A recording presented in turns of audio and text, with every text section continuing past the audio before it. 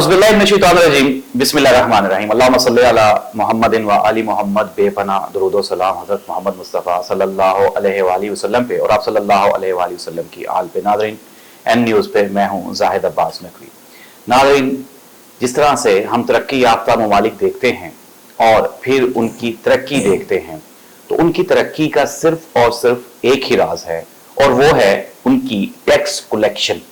ये tax collection का निज़ाम क्या है, कैसे है और पाकिस्तान में ये क्यों मरबूत और मजबूत नहीं है, इन तमाम मामलात को लेकर हमारी कौम इंतहाई कॉन्शियस है। हमने टैक्स देना है, क्या हम ठीक जगह पे टैक्स दे रहे हैं, क्या हम एग्जैक्ट टैक्स दे रहे हैं।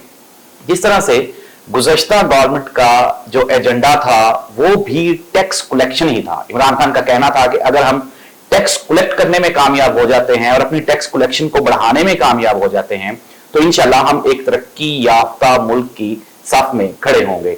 और जिस तरह से किसी भी मुल्क की तरक्की का और खसूसी तौर पे हम जो थर्ड वर्ल्ड कंट्रीज हैं, हमारा जो डिपेंड होता है तरक्की का निज़ाम वो भी टैक्स कलेक्शन और बैरूनी ज़र्रे मुबादला की कलेक्शन पे ही होता है। तो टैक्स के निज़ाम में अगर हमारी बदकिस्मती है कि हमारे मुल्क में कोई भी सरकारी महकमा वो करप्शन से खाली नहीं है, मसाइल से खाली नहीं है। मसला ये है कि मसाइल तो हर जगह पे पाए जाते हैं, लेकिन इन मसाइल का हल क्या है, कैसे है और एक बेहतरीन निज़ाम को, सिस्टम को लॉन्च करने के लिए आप किस तरह से अपना किरदार अदा कर सकते हैं। हमारी खुशकिस्मती कि आज हमारे साथ एक ऐसी शख्सियत मौजूद है जो हमें ये बताएंगे कि ये मुल्क तरक्की की राहों पे कैसे गामजन हो सकता है, हमारे मुल्क में टैक्स का निजाम बेहतर कैसे हो सकता है और वो लोग, वो काली भेड़े जो कि हमारे टैक्स के निजाम को चाट रही हैं दीमक की तरह, हम उनसे निजात और छुटकारा कैसे पा सकते हैं। मैं प्रोग्राम में खुशामदीद कहता हूं। आज हमारे साथ मौजूद हैं अल्मास अली जुविंदा साहब। तो अल्मास साहब एक वेल नोन शख्सियत हैं, एक बहुत बड़ा सेटअप चला रहे हैं।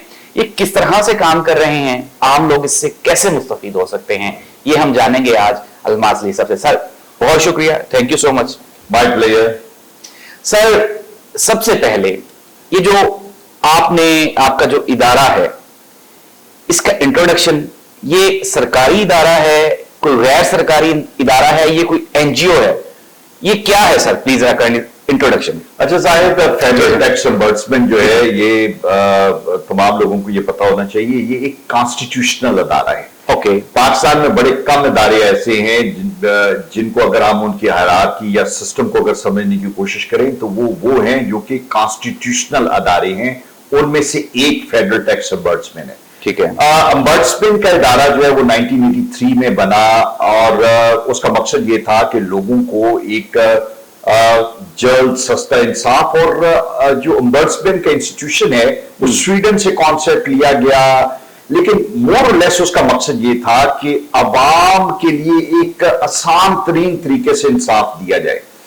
हमारे यहाँ पे जब ओम्बड्समैन का इदारा बना तो पता ये चला कि बेशुमार मामलात हैं जो लोगों के मसाइल हैं, जहां पे लोगों को इंसाफ नहीं मिल रहा, लेकिन उसमें एक बहुत बड़ा इदारा जो है वो टैक्स कलेक्शन का है। जिस तरह आपने ये बताया कि यहाँ पे हर गवर्नमेंट का ये एक एजेंडा होता है कि टैक्स कलेक्ट किया जाए, टैक्स कलेक्ट होगा तो उससे कौमें आगे बढ़ेंगी, मुल्क तरक्की करेंगे। लेकिन टैक्स कलेक्ट करने का जो इदारा है उसका काम ये बहुत इंपॉर्टेंट है कि जहां उन्होंने एक तरफ टैक्स कलेक्ट करने, दूसरी तरफ टैक्स देने वाले के लिए मुश्किलात पैदा ना करें, उसकी जिंदगी आजाद ना कर दे कि अगर मैं टैक्स दे रहा हूं, एक तरफ तो मैं टैक्स दे रहा हूं और दूसरी तरफ यह है कि अगर मैं ब्लैकमेल हो रहा हूं, मुझे मैनिपुलेट किया जा रहा है, हाई हैंडेडनेस है, तो इसको अगर हम आसान जबान में कहें तो मेल एडमिनिस्ट्रेशन है। तो लोग डिस्करेज होते हैं कि हम टैक्स ना ही दें। हम ये कहते हैं ना टाइम एंड अगेन ऐसे ही है कि 22 करोड़ की आबादी है, 40 लाख सिर्फ लोग टैक्स नेट में रजिस्टर्ड है। वो इसलिए हैं कि वो ये कहते हैं कि जिस दिन हम टैक्स नेट में आ गए तो हम इनके शिकंजे में आ जाएंगे, ये तो हमारी जिंदगी आजाद कर देंगे। हमारा और पूरी दुनिया में जो तमाम गवर्नमेंट्स हैं उनका ख्याल ये होता है कि जो टैक्स पेयर है उसको इज्जत देनी है, रिगार्ड देना है, रिस्पेक्ट करनी है, उसकी आसानियां। उसके लिए जब वो टैक्स दे रहे, एक वो अपनी आमदनी से जो वो काम करते हैं अपने प्रॉफिट को शेयर करते हैं गवर्नमेंट के साथ, और दूसरा हम उसको तंग करें उसको उसको जलील करें, उसकी जिंदगी आजाद करें, उसके लिए मुश्किलात पैदा करें। This is maladministration of the revenue authorities, जो टैक्स कलेक्टिंग अथॉरिटीज है। लिहाजा सन 2000 में यह तय किया गया कि एक सेपरेट ombudsman होना चाहिए, जो मोहतसब होना चाहिए, जो सिर्फ टैक्स के मामला को डील करे। तो एक ऑर्डिनेंस बना, उसमें कानून बना, कानून बनने के बाद ये बिल्कुल एक इंडिपेंडेंट एटोनमस कॉन्स्टिट्यूशनल बॉडी है, जिसके इख्तियारात एफबीआर, जिसमें हमारा इनकम टैक्स है, जिसमें हमारा कस्टम्स है, सेल्स टैक्स है, इसकी जो कलेक्टिंग जो इदारे हैं जिसे एफबीआर हम कहते हैं, उनके अंदर उनके ऑफिसर्स की मेल एडमिनिस्ट्रेशन। जब मैं मेल एडमिनिस्ट्रेशन की बात करता हूं तो हाईएस्ट ऑफिसर से लेके lowest employ of the FBR institution, उनकी मेल एडमिनिस्ट्रेशन हमारी डोमेन आती है। जी ठीक है। तो यहां पे लोगों को तंग किया जाता है, उनके लिए मुश्किलात पैदा की जाती हैं, तो फिर वो हमारे पास आ सकते हैं और हम उनकी कंप्लेंट्स पे उसको एडजुडिकेट करते हैं, देखते हैं और फैसला देते हैं। मैं थोड़ा सा हमारा सिस्टम जो है उसको मैं एलेबोरेट करना चाहता हूं कि हम किस तरह मुख्तलिफ हैं बाकी कोर्ट से। लोगों के पास ऑप्शन है कि अगर आपका टैक्स का कोई इशू है तो लाइक IRS है, जो इनलैंड रेवेन्यू सर्विस है, जिसमें इनकम टैक्स है, तो आपके खिलाफ अगर कोई फैसला हुआ, कोई नोटिस दिया गया, तो आप डिपार्टमेंट के अंदर अपील कर सकते हैं। दूसरा आपके पास ऑप्शन ये है कि आप हाई कोर्ट में चले जाएं। तीसरा आपके पास ऑप्शन ये है कि अगर असेसमेंट का मामला नहीं है, उससे हट के मेल एडमिनिस्ट्रेशन है, आपको कानून के खिलाफ गलत फैसला किया गया, जो प्रेसिडेंट्स हैं, जो तरीकाकार है, जो एक मरफजा तरीकाकार है, उससे हट के फैसला किया गया, आपसे रिश्वत मांगी गई, आपको बार बार नोटिस भेजे गए, फिर आप हमारे पास आ जाए। ओके। तो जब हमारे पास आते हैं तो जाहिर यहां पे हम स्टैंड आउट करते हैं, और मैं ये चैलेंज करता हूं कि पाकिस्तान में कोई इदारा हमारे जैसा इंसाफ लोगों को नहीं देता। हम ये कहते हैं कि हम जो इंसाफ देते हैं वो फ्री ऑफ कॉस्ट है। फ्री ऑफ कॉस्ट से मुराद ये है कि आपने हमारी जो वेबसाइट पे जाके आप विजिट करें, वहां पे हमारा एक ईमेल एड्रेस है, हमें एक ईमेल डाल दे, वहां पे हमारा एक व्हाट्सएप नंबर है, हमें एक व्हाट्सएप कर दे। ओके। हमारे 11 रीजनल सेंटर्स हैं, वहां पे खत लिख के हमें भेज दें, एंड दैट्स ऑल। यहां पे आपका काम खत्म हो गया और हमारा काम शुरू हो गया। हम आपके वकील हैं, आपको वकील करने की जरूरत नहीं है। फिर हम आपकी उस कंप्लेंट पे अपना काम शुरू कर देंगे। विद इन 24 आवर आपको एक कंप्लेंट नंबर इशू हो जाएगा। आपकी उस कंप्लेंट को हम अपने तरीके से अरेंज करके जो टैक्स अथॉरिटीज है उनको कहेंगे कि ये शख्स है, इसको आपने इस तरीके से तंग किया, ये कंप्लेंट है, इसका जवाब दे।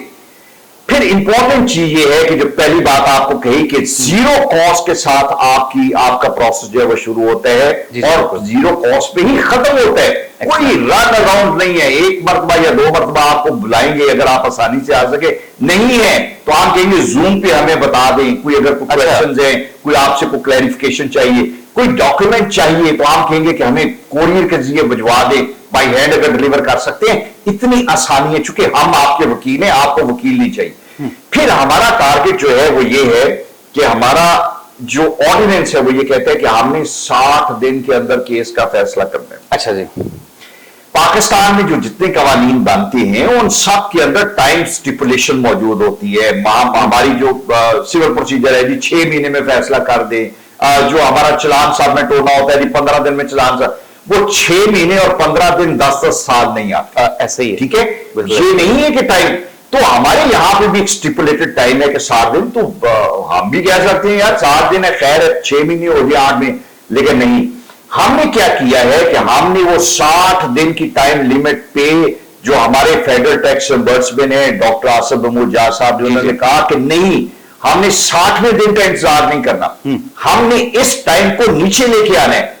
और आप हैरान होंगे कि 29 सितंबर को उन्होंने अपने ओहदे का हलफ लिया। ठीक है। हमने गुज़श्ता 8-9 माह में ये 60 दिन 40 दिन पे लिए हैं। एक्सीलेंट। हमारा ऑन एवरेज केस का फैसला 40 दिन के अंदर हो जाता है। तो एक हमने जीरो कॉस्ट पे दिया, दूसरा हमने 40 दिन पे फैसला दे दिया, तीसरा यह है कि जो हमारा फैसला है उस पर अगर अमल दरामद नहीं हो रहा जो हमारी बेशुमार, यहां पे आप ये देखें, आप लोग मिलेंगे वो कहेंगे मेरी प्रॉपर्टी, घर का मसला था, जमीन का मसला था, सुप्रीम कोर्ट ने फैसला दे दिया, सुप्रीम कोर्ट के बड़े बेंच ने फैसला दे दिया, लेकिन मुझे ना प्रॉपर्टी मिल रही है ना अमल दरामद नहीं है। अमल दरामद फैसलों पे implementation is the biggest issue here in Pakistan when it come to the dispensation of the justice. हमने जाहिर क्या किया कि हमारे फेडरल टैक्स ऑम्बड्समैन, जिसे हम एफटीओ कहते हैं, एफटीओ के अंदर एक इंप्लीमेंटेशन सेल बनाया। ठीक है। Federal tax ombudsman doctor Asim Mahmood जहा ने उस सेल को यह टारगेट दिया कि आपने इंश्योर करना है जो फैसला जिस दिन आ जाए वो अगले दिन आपने पीछे पड़ जाना है कि इसकी इंप्लीमेंटेशन दे। हम उसके लिए एक सर्टन टाइमलाइन देते हैं। ठीक है। इस टाइमलाइन के अंदर आपने इसके फैसले को, और फिर कंप्लेनेंट को आने की जरूरत नहीं। यह हमारी सरदर्दी है कि हम एक रीजनेबल टाइम पीरियड के अंदर, जो कि टाइम हमने 45 डेज रखा हुआ है लेकिन उससे कम दिनों के अंदर हो जाता है, हम उस फैसले पे अमल दरामद भी करवाते हैं। जहां पे ज्यादती हुई, किसी का रिफंड है, किसी को कोई और रिलीफ चाहिए, जो हमने फैसला दिया है, हम कस्टम अथॉरिटीज, IRS उनके पीछे पड़ जाते हैं कि आप हमें इसकी कंप्लायंस करें। और जो कंप्लायंस नहीं करता, ठीक है, फिर क्या करते हैं? फिर हमारे पास इख्तियारात जो है, डिफाइंस के इख्तियारात जो है, अच्छा, वो बड़े जबरदस्त है। हमारे पास कंटेम्प्ट ऑफ कोर्ट में सुप्रीम कोर्ट के जज के इख्तियारात हैं कि हम किसी को जो हमारी कंटेम्प्ट में आता है, जो हमारी बात नहीं मानता, जो whosoever try to bring a bad name to Federal Tax Ombudsman Institution, हम उसको 6 माह तक सजा दे सकते हैं। अच्छा, ठीक है। जो मिनिमम हम करते हैं वो ये है कि हम उसके डोसियर में एक लेटर डाल देते हैं, जो उसकी ACR है कि ये बंदा नलायक है, बात नहीं मानता, जो FTA के अहकामात हैं, कानून के मुताबिक जो काम है वो नहीं करता, इनएफिशिएंट है। जब किसी के करियर की फाइल के ऊपर उसके डोसियर पे हमारा लेटर लिखा होगा तो ये उसकी मौत है। डरते हैं इससे, लिहाजा कोई बंदा फोन नहीं करता, वो फौरन कंप्लायंस की तरफ जाते हैं। अगर ये नहीं है तो हम चेयरमैन FBR को लिख देते हैं। ठीक है। हम प्रेसिडेंट पाकिस्तान को लिखते हैं कि आप भी खत लिखिए इसके बारे में। तो जिसके डोजियर में 2-3 इस तरह के लेटर लिखे हों, जिसका करियर रुक जाता हो, वो कभी अपने जाती करियर को बचाने के लिए फिर वो जो उन्होंने हट दर्मी की होती है, जो नाइंसाफी की होती है, जो मामला है उस पर वो रुक जाते हैं और फिर उस पर इंप्लीमेंटेशन जो है वो उसका काम शुरू हो जाता है। तो हमने जीरो कॉस्ट पे इंसाफ दिया, ठीक है, मिनिमम पॉसिबल टाइम में दिया, और फिर उसकी पहरादारी की, उस पर अमल दरामद किया। सर, किन किन शहरों में आपके दफातर हैं और किस तरह से, जिस तरह आपने कहा कि आपकी वेबसाइट है, फिर उसके बाद आपका व्हाट्सएप नंबर है, इसके अलावा आपके किन किन शहरों में दफातर हैं? जाहिर से अगर आपका आज के टाइम में ये इररेलेवेंट है कि मेरे कितने शहरों में ऑफिस है। जब मैं ये कहता हूं कि आप पूरे पाकिस्तान की किसी नोक एंड कॉर्नर पे, ठीक है, आप बखर बैठे हुए हैं, आप थटा बैठे हुए हैं, आप वजीराबाद बैठे हुए हैं, आपने मेरी वेबसाइट से व्हाट्सएप का नंबर लेके मुझे एक टेक्स्ट मैसेज कर देना है कि जी ये मेरी कंप्लेंट, ठीक है, मुझे ईमेल कर देना है, आपने मुझे खत लिख देना है, दैट्स ऑल, ठीक है। तो ऑफिसेस इररेलेवेंट हो गए, लेकिन इसके बावजूद हमारे 11 ऑफिसेस हैं, जिसमें हमारा इस्लामाबाद में हेड ऑफिस है, लाहौर है, कराची है, ये तो 3 बड़े ऑफिसेस हैं। फिर उसके बाद गुजरावाला है, सियालकोट है, फैसलाबाद है, सरगोदा है, सखर है, एबटाबाद है, मुल्तान है। हमारे टोटल 11 ऑफिसेस हैं जहां पे एडजुडिकेशन के लिए हमारे एडवाइजर बैठते हैं।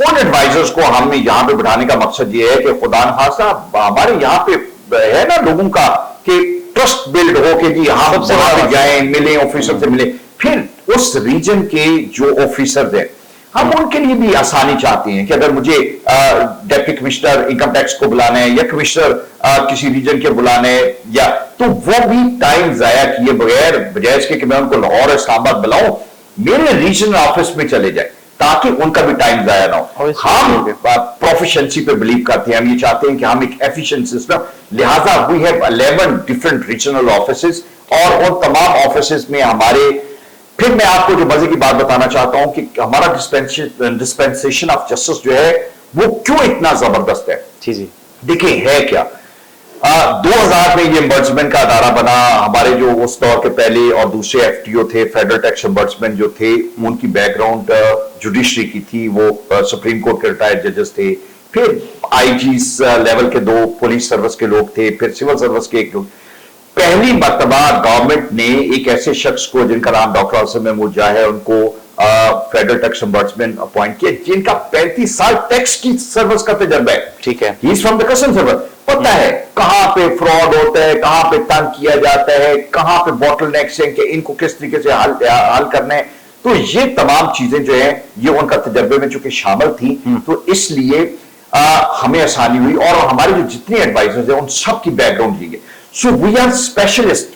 हमने हमारे हर एडवाइजर को बताने की जरूरत नहीं, समझाने की, ट्रेन करनी, उसकी 30 साल की ट्रेनिंग है।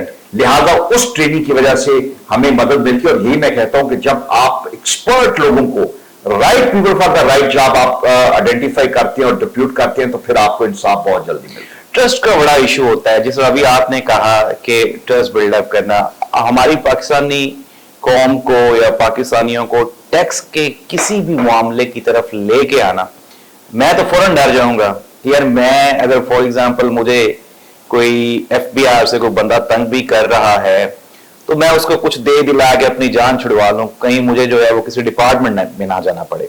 तो अवेयरनेस की बहुत जरूरत है, ट्रस्ट बिल्डअप करने की बहुत जरूरत है। जिस तरह अब आपने कहा इस डिपार्टमेंट के बारे में कि ये तो ट्रस्ट बिल्डिंग के लिए कुछ सेमिनार्स वगैरह, कुछ सेशंस आप ताजर तंजीमों के साथ, हमारे टैक्स पेयर्स के साथ, कुछ ऐसा कुछ सिलसिला है आपका? जाहिर, एक तो जो ट्रस्ट की बात है ये मैं आपको बताऊं, देखिए गॉन आर द डेज के जब आप उनको दे दिला के पीछे हट जाते हैं। वो उसकी वजह यह है कि आज का टाइम और एज इस तरह की है जहां पे आप इसको अवॉइड नहीं कर सके। डिजिटल टाइम है, आपके CNIC बने हुए हैं, आपने जो चीज अपने बैंक से निकाली, आपने वहां पे पैसे रखे, आपने क्रेडिट कार्ड से स्पेंडिंग की, किसी जगह पे बच्चे की फीस पे की, somehow or other आप टैक्स अथॉरिटीज की नजर में, अपना मोबाइल फोन है, आपका बिजली का बिल है, आप इस चीज से ज्यादा अरसा बच नहीं सकते। लिहाजा आप FBI के बंदे को पैसे दे के उसको आदत डाल के हर मरतबा वहां से ब्लैकमेल होने की बजाय आप जब फेडरल टैक्स एम्बर्समेंट में आके आप तकवीयत के साथ खड़े हो कि तुम अगर मुझे तंग करोगे तो ये वो अदारा है जो मुझे बचाएगा। जब आपके अंदर ये कॉन्फिडेंस होगा कि मेरे पास एक अदारा खड़ा है जहां पे मुझे ब्लैकमेल करने वाला कोई नहीं, मुझसे रिश्वत मांगने वाला कोई नहीं, मेरा खर्चा नहीं होता, मुझे ये बार बार ये कहता है जीरो कॉस्ट के साथ तुम्हें मैं फैसला देता हूं और तुम्हारा फैसला मैं इंप्लीमेंट नहीं करवाता हूं। तो इतनी बड़ी, हम तो छोटी छोटी सिफारिशें ढूंढते हैं ना, कोई बंदा हमारे, इतनी बड़ी सिफारिश कि एक टैक्स पेयर के पास इतना बड़ा सिफारिशी है, इतने बड़े इख्तियारात है, सो यू फील एम्पावर्ड। मैं ये बिलीव करता हूं कि एक tax payer must feel empowered कि उसके पास एक ऐसा इदारा है जो FBI के लोग जहां पर तंग करेंगे उसको वो निपटेगा, उसके बिहार पर निपटेगा। नंबर 1। दूसरा, आपने सेमिनार की बात की, अब भी पहली मर्तबा हमने क्या किया कि हमने जो बिजनेस कम्युनिटी है वहां से हमने ऑनरी एडवाइजर लिए। कभी नहीं था, हमारे जो अदारे गवर्नमेंट के होते हैं ना, इंट्रोवर्ट होते हैं, सब कुछ अपने पास इख्तियारात नहीं देना, हमने कहा ऐसा नहीं है। हमने बिजनेस कम्युनिटी के जो जितने इंपॉर्टेंट चेंबर्स हैं वहां से हमने लोग लिए, हमने उन लोगों को, मसलन रावलपिंडी से हमने सुहेल अल्ताफ हैं उनको लिया, हमने कहा कि आप आए, आप हमारे साथ ज्वाइन करें। लाहौर के जो मुख्तलिफ चेंबर्स हैं, सरगोदा से हमने अमरता बाजवा को लिया। सो हमने हर चेंबर से इंपॉर्टेंट लोग लिए। लाहौर से खवातीन से हमने देखा, लाहौर चेंबर जो खवातीन का है, विमेन चेंबर ऑफ कॉमर्स है, वहां से हमने उसकी प्रेसिडेंट सैम दादा को हमने ऑनरी एडवाइजर और बिजनेस कोऑर्डिनेटर लिए। मकसद क्या था कि बिजनेस कम्युनिटी का ट्रस्ट हमारे पे डेवलप हो। अगर हमारे पास आते हुए घबराते हैं तो उन्हीं का नुमाइंदा मौजूद है, उसके पास चले जाएं, उनके चेंबर में बैठा हुआ है, बिल्कुल सही, उससे बात करें, और जब उससे बात करेंगे तो वो उनको कॉन्फिडेंस देगा, उनकी कंप्लेंट सुनेगा, वो कंप्लेंट हमारे पास जब आएगी तो हमारी तो आउटरीच जो है, हम आप अंदाजा लगाएं कि पिछले कुछ अर्सा में जो 7-8 माह में 72 के करीब हम सेशन कर चुके हैं। We are open, we talk to the TV, जिस तरह आपसे हम बात करें।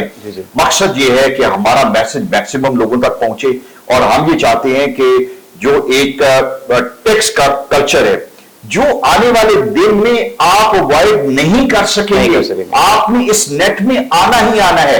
लेकिन आपको ये पता हो कि आपके साथ एक अदारा खड़ा है जो आपके साथ नाइंसाफी नहीं होने देगा, तो हम बिजनेस कम्युनिटी के पास खुद जाते हैं, आउटरीच सेमिनार करते हैं, डिस्पाइट द फैक्ट कि हमारा अपने एडवाइजर का बड़ा एक हैवी शेड्यूल, लेकिन हम इसको फर्ज के तौर पे, कौमी फ्रीजे के तौर पे हमारे federal tax ombudsman doctor Asif Mahmood Shah, आप जब उन्हें कहें वो खुद जाते हैं ही besides having this constitutional post जिसमें शायद कोई दूसरा एम्बर्समेंट बाहर ना निकले। Okay. वो गए यार नहीं ये मेरा होगा ये वो he is like this gentleman, he will himself go to different seminar, Okay. Will address people ताकि लोगों का कॉन्फिडेंस डेवलप हो।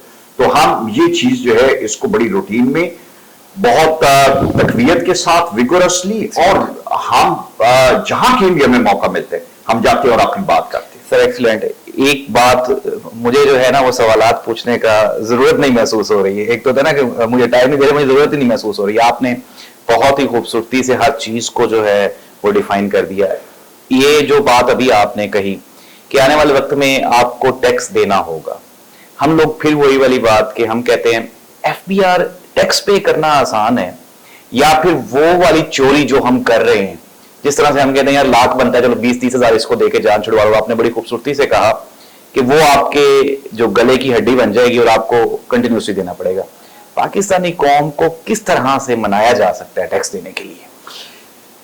देखिए है क्या, आप जब अच्छी स्टोरी सामने लेके आते हैं कि एक बंदा जो टैक्स पे कर रहा था उसके लिए अगर उसके लिए कोई मुश्किल और प्रॉब्लम्स थे तो हल किए गए, आसानी पैदा की। बिल्कुल दुरुस्त कह रहे हैं। हर बंदा हमारे यहाँ पे आप ये देखें कि फिलैंथ्रोपी बहुत है, लोग बेतहाशा सदका ज़कात देते हैं, खौफ खुदा है। अब गवर्नमेंट को क्यों नहीं देते? ये होता है कि जो पैसे हम दे रहे हैं वो सही जगह पे और सही पर्पस के लिए इस्तेमाल नहीं होंगे। और जब आप ये बताना शुरू कर दें और थोड़ा सा ये ट्रस्ट बिल्ड करना शुरू कर दें तो ये एक एस्पेक्ट है कि लोगों में कॉन्फिडेंस डेवलप करना है कि आपके जो पैसे हैं वो सही जगह पे इस्तेमाल होंगे। ठीक है, this is for government to do it, ये उनका काम है। कि दूसरा ये है कि टैक्स देते हुए आपके साथ ज्यादती नहीं होने दें। ठीक है, क्या आपने ये बता दिया कि मेरे पास 100 रुपए है तो वो ये कहेंगे अच्छा ये 100 रुपए है 100 ही कटवा लो। नो, आपका जितना जो टैक्स है वो तो वो एरिया जहां पे हम कॉन्फिडेंस देते हैं। ठीक है, हम एक एम्पावरमेंट देते हैं टैक्स पेयर को, ये मेरा एरिया है, यहां पे मैं उससे बात करता हूं, समझाता हूं, कहता हूं कि घबराना नहीं है, तुमने जो टैक्स देने हैं वो दो, तुम्हारे साथ ज्यादा नहीं मैं होने दूंगा। ये जो एम्पावरमेंट है, this is what we do and we ensure कि हम लोगों को ये। पाकिस्तान में सियासी असर रसूख जो है वो हर डिपार्टमेंट के ऊपर होता है। आप पे कितना प्रेशर है सियासत का? और भागते हैं हमसे, भागते हैं बिल्कुल भी जीरो।